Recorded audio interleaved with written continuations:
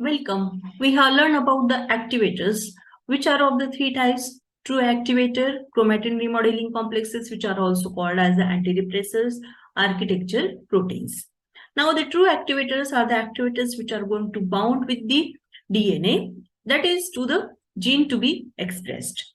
And these activators, it has the two domains. One, it is a DNA binding domain, and the second one, it is the activating region. So here the DNA binding domain, they are very distinct and they are very specific one. As the sequence of the DNA, it is going to change.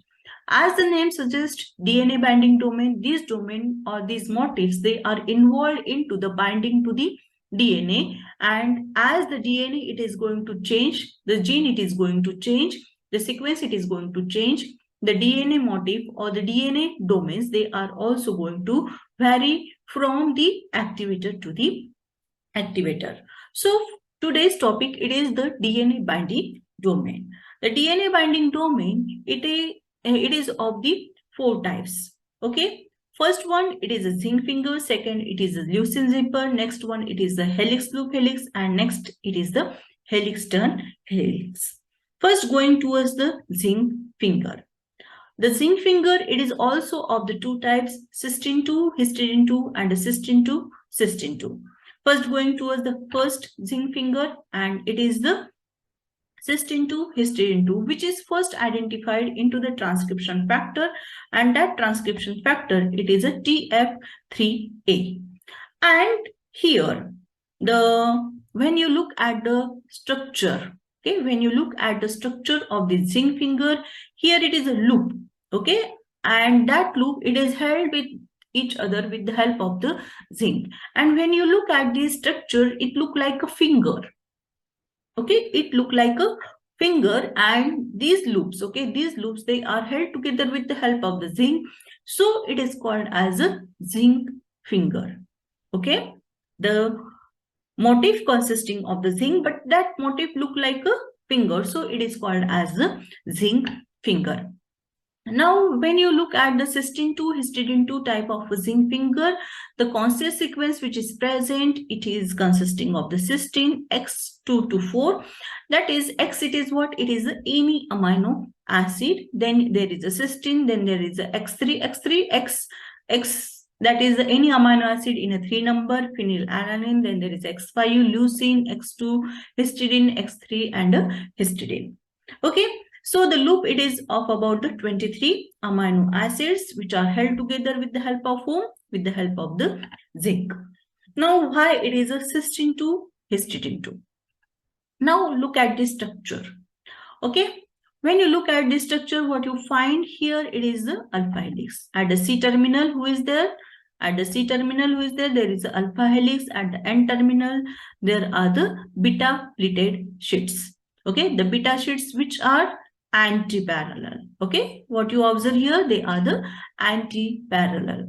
Okay, and here they are connected. Here they are connected to whom? They are connected to the alpha helix. Still these two structures, they are held together with the help of whom? With the help of the zinc. Okay, to hold the beta sheets with the alpha helix. Okay. And there is a requirement of the amino acid residues, and from the beta plate, the amino acids which are coming, they are the cysteine. And how many? These are the 2 cysteines. And from the alpha helix, you can see here, there are the 2 histidines. So here the structure, it is a cysteine 2. The 2 numbers of the amino acids, they are involved, and they are the cysteines. And the 2 number of the amino acids from the alpha helix, they are the histidine. So the structure, it is called as the cysteine 2, histidine 2. Okay. Now this cysteine 2, histidine 2. Okay. These structures, it is present into the number of activators, and here the number of fingers which are going to vary. Okay, they are from 2 to number of about the hundreds of the fingers, it may be present into the activator. Okay. And when it is interacting with, when it is interacting with the DNA, it is making the contact into the major groove, and the phase which is going to the phase which is going to interact with the DNA, that it is a C terminal, and at the C terminal who is present? The alpha helix, it is present. Okay, so it is regarding what? It is regarding the cysteine 2, histidine 2. The next finger, it is a cysteine 2, and in the cysteine 2, from the alpha helix, instead of the histidine, there is a presence of the cysteines. So the finger name, it is a cysteine 2, and the conscious sequences, it is a cysteine X2, cysteine X13, cysteine X2, and a cysteine, and it is found into the steroid hormone receptors. Okay, where it is found? It is found into the steroid hormone receptor, and here where it is specific about the cysteine 2, each and every steroid hormone receptor, it is consisting of only 2 fingers. Okay, it is consisting of only 2 fingers, and the examples here, it is a thyroid hormone receptor, retinoic acid receptor, glucocorticoid hormone receptor. Okay, these are some of the examples of the cysteine 2 zinc finger.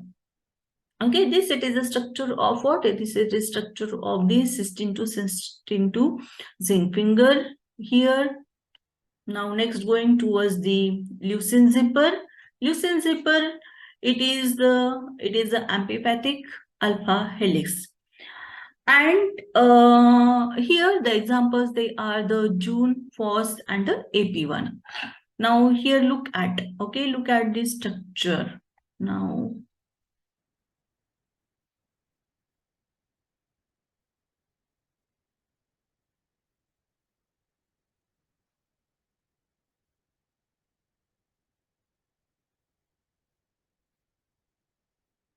okay, so here, this it is the monomer. This it is the structure of this monomer leucine zipper.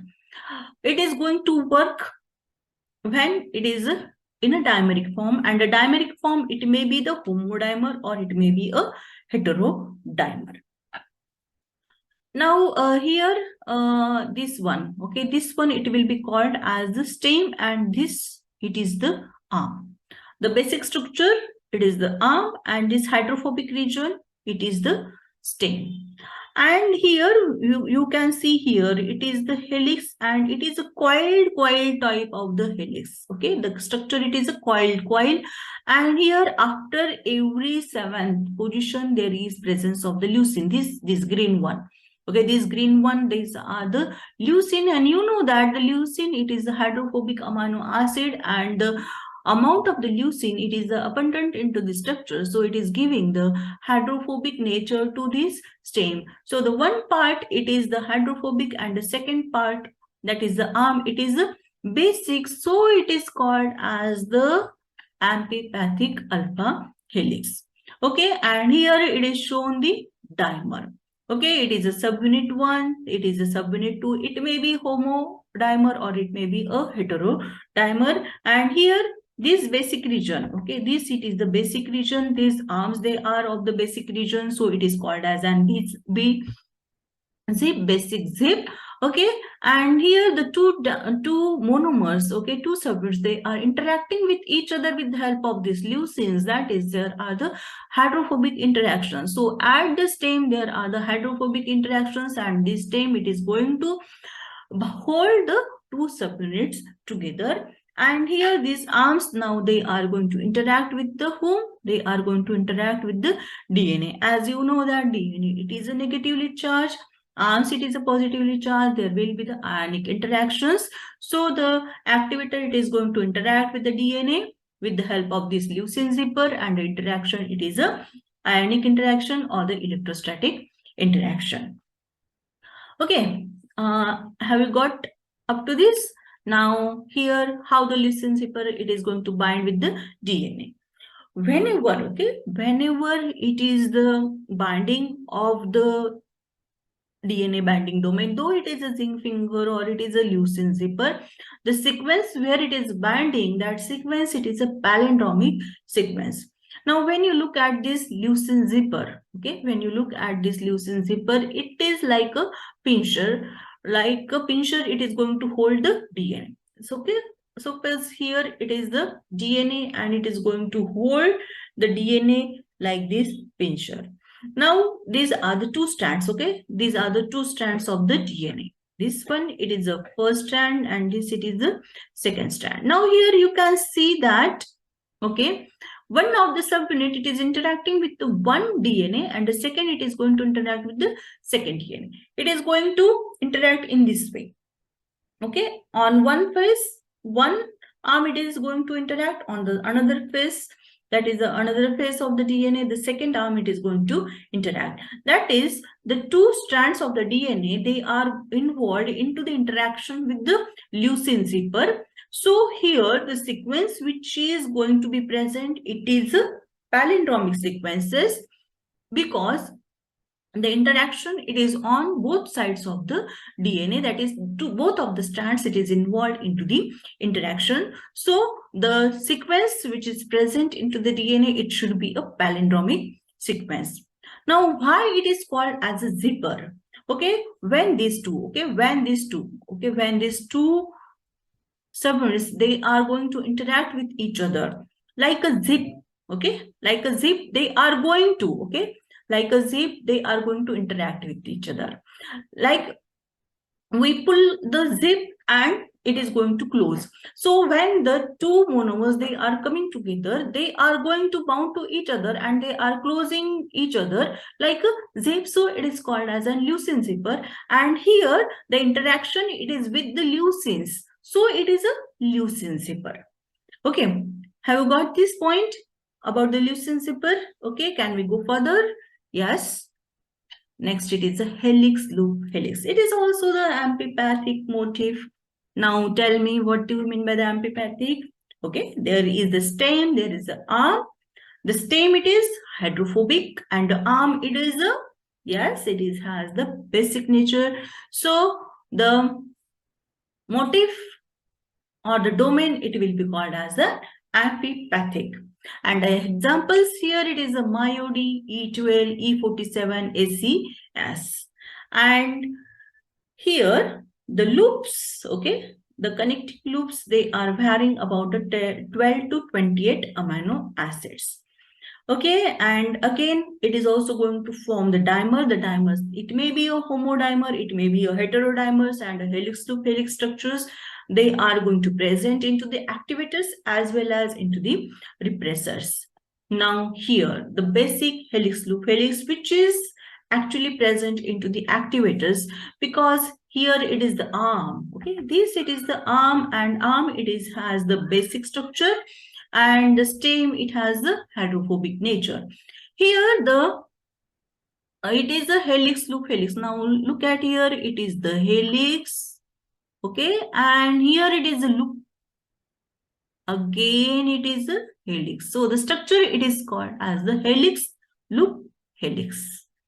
Okay, and here these, okay, these they are coming into the monomers, they are going to dimerize, and after dimerization, it is going to interact with the DNA. Here it is called B helix loop helix, basic helix loop helix. And here the example, it is a MyoD. Okay, example, MyoD. MyoD, it is present into the cells, and that cells, it is a myo, that are the muscle cells, and during the myogenesis, the MyoD, it is going to work. And here this MyoD, it is present, okay, the MyoD, it is present into the specific cells only. So it is the class B type of the basic helix loop helix, okay, which are the tissue specific. And here these E12, E47, these are the ubiquitous, these are ubiquitously expressed, and these, they are coming under the class A. That is the helix loop helix, it is divided into the two classes, class A and class B. Class A, which is present in all types of the cells, and the class B, which are the tissue specific. That is the MyoD. Like here, the MyoD, it is only going to be present into whom? It is going to only present into the muscle cells, and it is going to active only during the myogenesis. So here for the activation of this MyoD, okay, it has to dimerize with whom? With the ubiquitously expressed E12 or the E47, and here after dimerization, both of the arms they are the basic in structure. Okay, so when this basic helix loop helix or the helix loop helix, it is interacting with the DNA, like the leucine zipper only, it is going to interact with the DNA on the both sides of the DNA, that is the both of the strands they are involved into the interaction with the activators. So the sequences, they are the palindromic sequences. Okay, so here like a pincer only, it is going to hold the DNA. Now here when it is a non-basic helix loop helix, here the MyoD ID. Okay, so here MyoD, it has a arm. Okay, it has an arm, but this ID, this it is the structure of the ID. Okay, this it is the ID. Okay, so this ID, it has a it don't have the arm. Okay, so the ID, it will work like as a repressor, and when this MyoD, it is interacting with the ID, it is the interaction, it is not enough one. For the stronger interaction, both of the arms they should be present, and both of the arms it is going to be okay. It has to be interact with the DNA for the stronger binding. But here there is a no presence of whom, there is a no presence of the second arm. So the interaction, it is going to be a weak one. So the ID, it is going to work like as a repressor. It is not allowing the MyoD to interact with the DNA, and it is not allowing the myogenesis. In the same way, here there is an example of the ACS and EMD. Okay, so these are what? These are the heterodimers. This it is also a heterodimer. This it is also a heterodimer. Okay, so here the helix loop helix, it is going to interact with the DNA when it is going to dimerize. Okay, the basic helix loop helix, it is involved into the activation. Non-basic helix loop helix, it is going to be involved into the repression of the gene. Next one, it is the, here it is also the example of the helix loop helix. Okay, so it has been shown that when both of the here, okay, here both of the arms they are present, it is involved into the interaction. Okay, and so when one of the arm it is going to when one of the arm it is missing, at that time there is a insufficient affinity to bind to the DNA, that is there is no activation of the gene. Okay, now going towards the next, it is the Helix Turn Helix, or it is called as an homeodomain, as it has been found into the homeo box of the Drosophila. Okay, the examples, there is the Hox proteins, then the alpha-2 mating type, and this it is also found into the Phage repressor. The lambda Phage repressor, it is a C1 repressor. Okay, so the homeodomain proteins, they may be work as an activators, it may work as an repressors. Now here it is the structure of the Helix Turn Helix or the homeodomain. Now here this one, okay, this one, 2, and 3. These are what? These are the 3 helices. And the structure Helix Turn Helix, it is observed into the second and third. This it is the alpha helix, this it is the helix, and here it is the loop. So the structure, it is a helix, not a loop, it is a turn. So the structure, it is a helix turn helix. And here you can see that the third helix, it is involved into the interaction with the DNA in the major group. And the interacting amino acids, they are serine, arginine, and asparagine. Okay, so here, okay, this one, it is the third helix, it is interacting into the major group of the DNA. And to make the interaction stronger one, the helix one, it is also going to interact with the DNA, but it is interacting into the minor group. Okay, thus the interaction, it is going to be a strong interaction. This it is regarding the helix turn helix. Next one, it is activating regions of the activator. Okay, the activating regions of the activators, they are not well defined. The activating regions to whom it is going to interact, they are going to interact with the basal transcription apparatus, or it is interacting with the transcription factors. As in all cells, the transcription factors, they are the same one. Okay, they are not too much defined like whom? Like the DNA binding domain. Okay, they are not well defined. Why they are not well defined? Because the protein-protein interaction which has to take place, that proteins, they are the similar one, they are the same one, so they are not that much defined. Still, they are grouped like how the acidic activating domains or the regions, glutamine rich, proline rich. The acidic activating region, it is found into the GAL4, glutamine rich, it is found into the SP1, and proline rich, it is found into the STF1. Okay, so in this way, there are the activating regions of the activators. So we have completed the domains of the activator. First one, it is whom? It is the DNA binding domain, and the second one, it is what? It is the activating region of the activator. I think you may have cleared the idea about the DNA binding domain and the activating regions of the activators. If you like my video, please subscribe my channel and also share my videos with your friends so the knowledge it is going to spread. Thank you.